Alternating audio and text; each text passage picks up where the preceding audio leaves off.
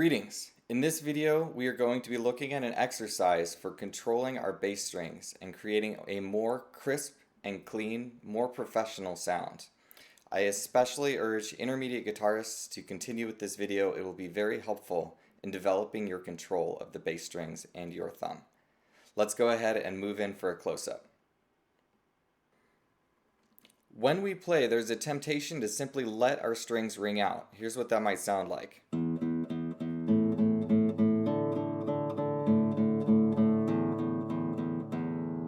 And in the end, I get this, which is a bit of a wash. All of the notes are ringing out together and it sounds kind of muddy. We'll hear a little bit of that instead of just the one note that is to be emphasized in that moment. In order to control our sound more carefully, there are techniques for muting the bass strings while we are playing. One technique for doing that is to use the side of my thumb.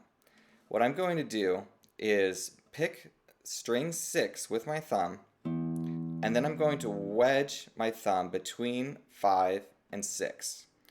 I'm going to use the flesh on the side of my thumb to do the mute, because if I use my nail, I get a little bit of a buzz as that nail touches the string. So we need to make sure that our thumb is sideways enough. By doing the position that I showed in our last video, it should place our thumb sideways enough that it allows us to do that. I would encourage you to visit that video if you're having difficulty with this. Let's go ahead and move forward to how to do this as an exercise. What I would encourage you to do is to break it into 3 steps. 1, 2, 3. 1, 2, 3. 1, 2, 3. What I'm doing is I'm going to pick, wedge, pick. Pick, wedge, pick. Pick, wedge, pick. I'm going to go ahead and move through the rest of the strings. Pick, wedge, pick. Pick, wedge, pick. Now, let's say I'm moving from a string 6 to a string 4. Well, I can do the same thing, but I need to tip my hand a little further in order to get my thumb to mute that string. 6, wedge, tilt, pick.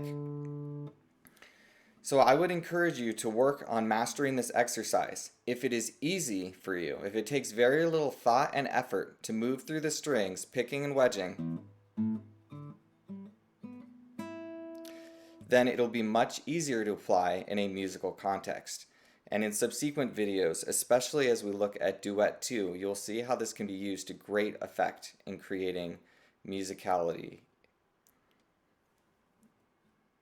That is a very useful exercise for moving up the bass strings. So starting at our lowest sounding string and moving toward our highest sounding string. In our next video, we will be looking at a similar exercise that will be designed to move in the opposite direction but continue to maintain the same level of clarity.